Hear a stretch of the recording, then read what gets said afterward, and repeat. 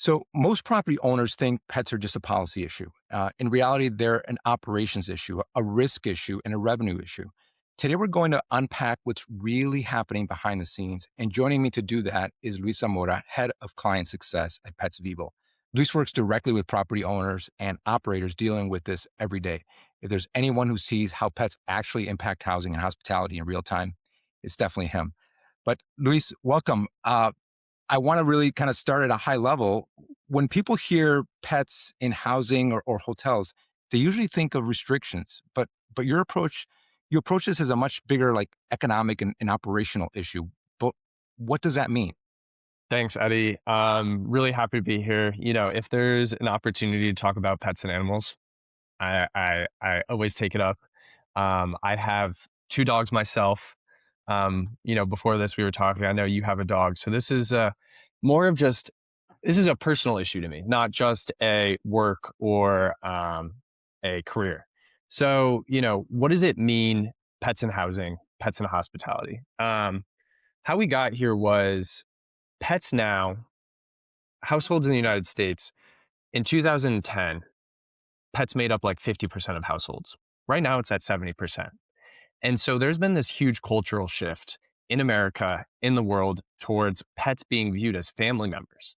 And right now in housing and hospitality, they have not caught up to this shift. And so as an individual with two dogs who would be not allowed in 75% of housing units, not allowed in most hotels, I was like, hey, there's this real gap. And how do I use my background in technology and early startups to kind of alleviate this gap, really, and find a tech solution, find a human solution to this issue so that operators and owners can benefit from this massive revolution that we call the pet revolution.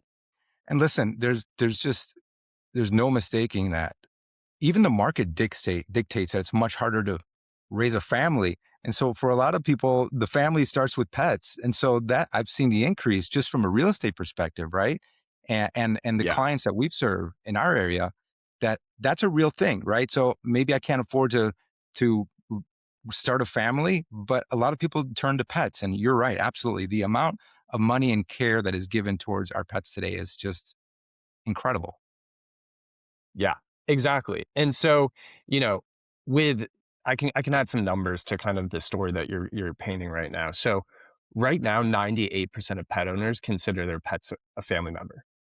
So that's almost 100%, right? And when you go to try and find an apartment, you go and try and find a hotel that you're trying to stay in on your road trip or whatever, and they don't consider this family member when you're trying to find somewhere to stay. Do you really want to spend money there? Do you really want to stay for potentially 12 months there? And so what we try and do at Pets Vivo is we try and talk to owners and operators and make them aware of this cultural shift, and then also the economic impact in restricting the amount of pets that they're letting in and the actual costs associated with having those pets.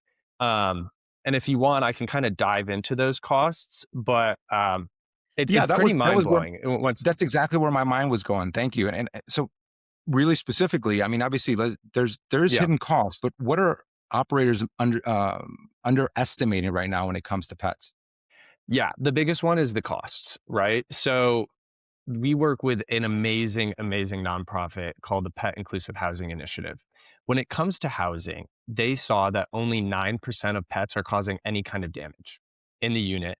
And if they are kind of causing damage, that damage is accumulating to like $200 maybe over a 12-month lease, right? And so you're seeing these housing units charge 300, 400, $500 annually to have that pet in that space. But when you look at the actual cost, it's not really adding up. And so where does Pets Vivo come into this? We kind of want to take this carrot approach, dangle the carrot instead of having this stick approach. And what does that mean, right? A lot of competitors right now take the stick approach. They're like, you're going to pay these fees, you're going to submit this information. If your pet doesn't qualify, you're not going to be allowed in. And we are taking the opposite approach. We are saying, hey, look, loosen the restrictions, allow as many pets as possible, because One, pet parents spend almost 2 times as much as regular pet parents. They stay in their lease almost 1.5 times longer. So they're staying at minimum 18 months in their lease. They're spending more. They're only causing, if they do cause damage, $200. And so this is a real economic and revenue opportunity for them because they can stand out amongst the competition by just welcoming pets, loosening the restrictions. Um, and as a result of that, you kind of get away with all of the what we consider in the industry fraud. And you kind of save time on policing and screening all of the pets. Your staff really don't want to do it. They love pets and animals. So it's kind of a win-win for everyone. It's a win-win for the residents. They feel welcome. Their pet is welcome. It's a win for the owners and the operators. They don't have to spend time screening. They don't have to waste money on all of these different screening and policing tools. And they can really tap into the revenue aspect by securing amazing partnerships with pet service providers, and be that go-to spot for pet owners when they're traveling or when they're trying to find an apartment. So what I'm hearing, I'm listening to you. I'm thinking, is the system the way it's existed fear based, and has that been 100%. justified? 100%. And I can add some color into this. When you do have a lot of animals in a small space, there are going to be issues. But that's why we want to make sure that individuals are educated and prepared for any such incidents, right? Everyone has that horror story of, that dog bite when they were a kid or something like that.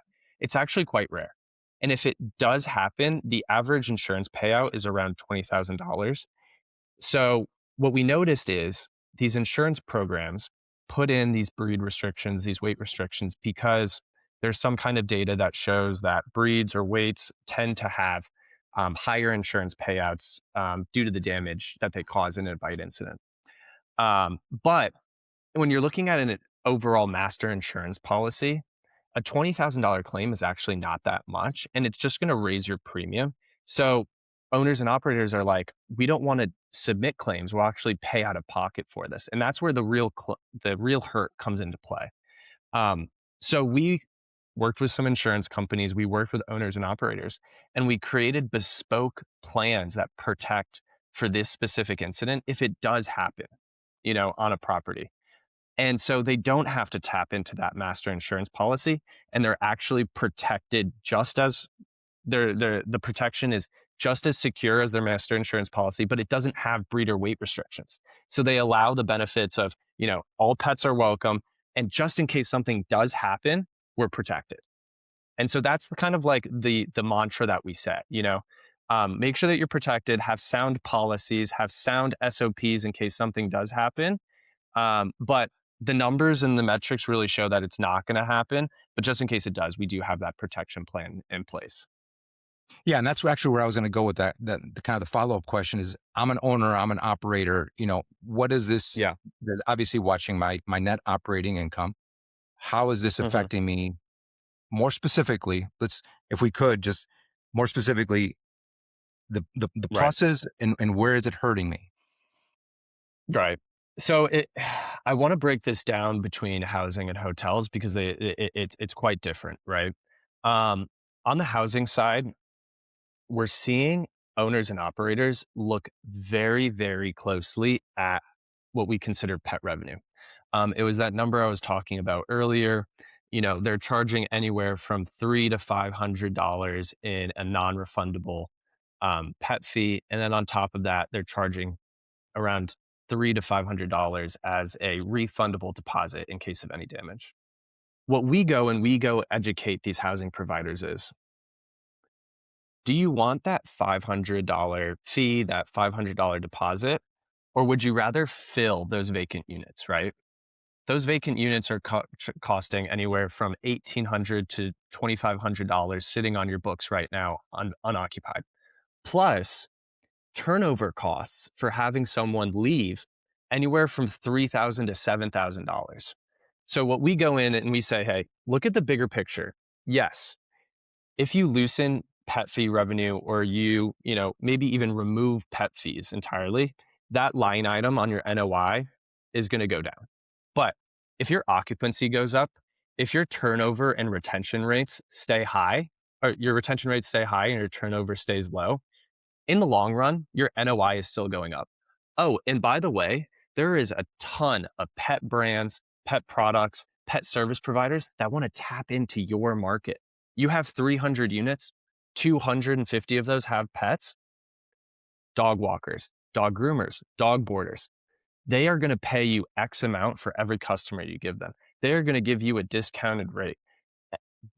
There are so many opportunities that we provide to these owners and operators that give them that extra little boost in revenue, saves them on retention, saves them in occupancy, and their NOI continues to go up and to the right. And so it's just an education and kind of like re-looking at the numbers to make sure that people are seeing the full picture, not just one line item. Some stats that I was talking about before. Pet parents in housing stay 21% longer. So if you think about that, just by having them stay in their unit longer because they feel welcome, they like where they live, they are saving so much money on not having to turn over that unit, on not having to find another person to come fill that unit, those 2 months that it stays unoccupied. So it's just that reshift, looking at those line items a little differently. On the hotel side, this is a very new market. You know, back in 2000, 2005, 7% of hotels allowed pets. Right now, we're looking at around 70%, 72%. So there is this shift now, but they don't even know how much to charge. They don't even know what kind of partnership or ancillary revenue opportunities there are. So it really is a going in and saying, hey, look, you should be charging X based on competitors in your area, based on like the market rate, because they really don't know. They're just using a flat rate. They don't understand. It's a very, very new market for them. And then we go in and say, hey, look, you could charge this, or you can lower your fee, remove your fee entirely, become the destination for pet parents in your area. Bookings will go through the roof. Individuals that travel with their pet usually tend to fall in the top 5% of income, 5 to 10% of income owners in the United States. The number of people that are traveling with their pets is going through the roof. 2 million in 2000, we're up to 25 million and growing consistently. And pet owners are extremely loyal when they travel. So if you're a brand, you have a few properties, or you're a boutique hotel and you have two or three properties, if you create an exceptional experience for them and their pet, they will come back. And so again, it's like going in and just educating, making them aware of the opportunities that are available for hotel owners and operators, and then showing them the numbers, and then showing them this ancillary revenue that we can generate through pet service providers and pet products. And after we should like present to them, it's a no-brainer. Yeah, and I feel that's what it sounds like too, is that presentation part, right? As I think about it, Yeah. and I've been in real estate for over 20 years now, 22 years already. um, it just strikes me as a missed opportunity, and it's really kind of education based, right? Like they don't Yeah. like anything else. You don't know what you don't know, right? And until Yeah. someone presents it and articulates it, and the light bulb goes on, and like you said, it may be a little bit more easily understood, or certainly, yeah, easily understood, maybe on the building side, the rental side. But there's Yeah. definitely an opportunity inside the hotel industry where you're right. They just probably just instituted something relatively simple. There's not a huge framework around it. Uh, but this Yeah. idea of removing the friction for their guests, in regardless of Exactly. whichever side, right? Removing the friction, the brand loyalty, you're right. You're absolutely right. Because I don't want to think about it again. If I had a nice experience at this hotel and I travel with my dog on the regular, which we've just said, most people are doing more and more and more and more, Yep. I'm going to be inclined to just go right to that brand and Yeah. make my reservation, because there's no friction Yeah. and I know I had a nice experience and I'm not going to deal with any problems. And as humans, that's what we do, right? We're trying to eliminate that. Yeah, exactly. And it's funny that you bring up friction, because that's another thing that I wanted to talk about in this whole flow is the friction for both pet parents like you and me, friction with the owners and the operators, because before they had to go to 7 different places to kind of get this like complete service of, insurance, of benefits of partnership opportunities. So it was actually a huge time suck. And so they were like, hey, if I can't do this on my own, I'm just going to put in restrictions to protect myself, which makes sense. This is how they've operated for the past 20 years. There hasn't been like a provider that's kind of done all of these things for them. So I understand that 100%. Um, and then on the pet parent side, there is just friction across the board in housing and hotels. And so it almost disincentivizes you from traveling with your pet. And, as a pet owner, the only thing I No, think about when forget I'm it. Forget traveling it. We'll just stay without at them home. is like, Yeah. yeah, I'm like, I'm just going to stay home because the only thing I'm thinking about while I'm having this amazing time at the beach is they would have a great time too. And so, it's like, how do we go in, remove the friction as much as possible, make it easy, make it smart, make it profitable, so that everyone kind of wins and just creates this win-win situation? I love that. I mean, is this a systems problem? Is this something that's terribly difficult to implement? It is a systems problem, Eddie. The systems in place for the last 20 years were not looking out for the pet parent at all. And they were extremely risk averse. And they were only focusing on one specific pain point, either like the operational load of the on-site staff or the insurance or the, pet benefits, right? Or amenities. And so it was very siloed. And so it was a systems issue for these owners and operators, right?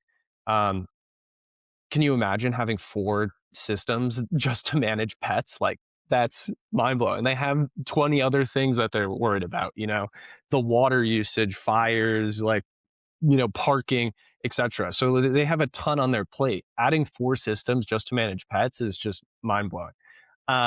So, finding a system that does all of that, finding one person that can just be their pet concierge, their pet rep, um, is a huge, huge operational lift for these on-site staffs.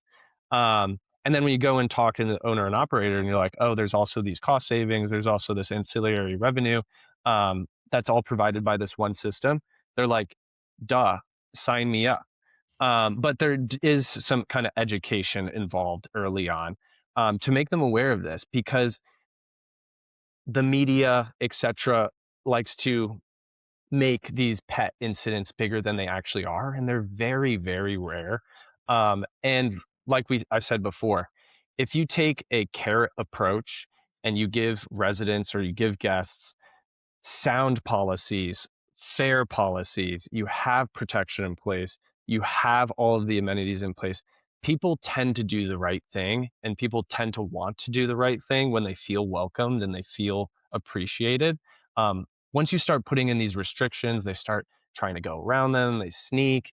And once you have, non-registered pets, once you have people sneaking and stuff like that, that's when you get those issues. And so, we have data to show that once you implement these policies, a system that does all of this, you can reduce incidents by 25% as well. So there is this education, there is this low lift in the beginning of getting everything up and running. But after that, it's very smooth, it's very easy. And it's a win-win for everyone involved, the owners, the operators, and the pet parents themselves. So I'm an owner, I'm an operator. I'm watching this. Yeah.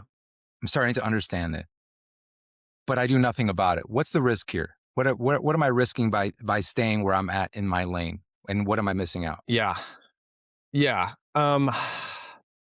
There a lot. A lot.